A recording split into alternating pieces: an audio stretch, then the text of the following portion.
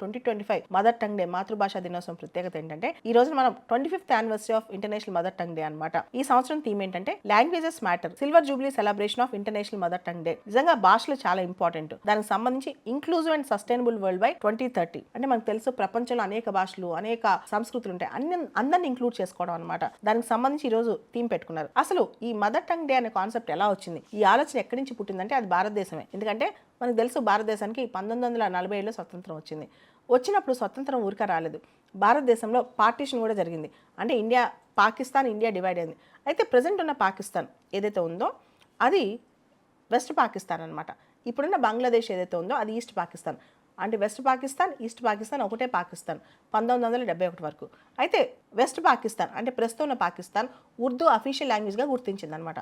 దాంతో బంగ్లాదేశ్ అంటే ప్రస్తుతం ఉన్న బంగ్లాదేశ్ ఇంతకుముందున్న ఈస్ట్ పాకిస్తాన్లో మేము ఎక్కువ బంగ్లా భాష మాట్లాడతాం, మాకు బంగ్లాని గుర్తించాలి, ఇది ప్రముఖమైన భాషగా అఫీషియల్ లాంగ్వేజ్గా గుర్తించాలని చెప్పి ఢాకా యూనివర్సిటీ స్టూడెంట్స్ చాలా పోరాటమే చేశారనమాట. ఆ పోరాటంలో 5 స్టూడెంట్స్ మరణించారంట. అయితే 50 సంవత్సరాలు గడిచిన వాళ్ళ యొక్క సాక్రిఫైస్కి గుర్తింపు లేకుండా పోయింది.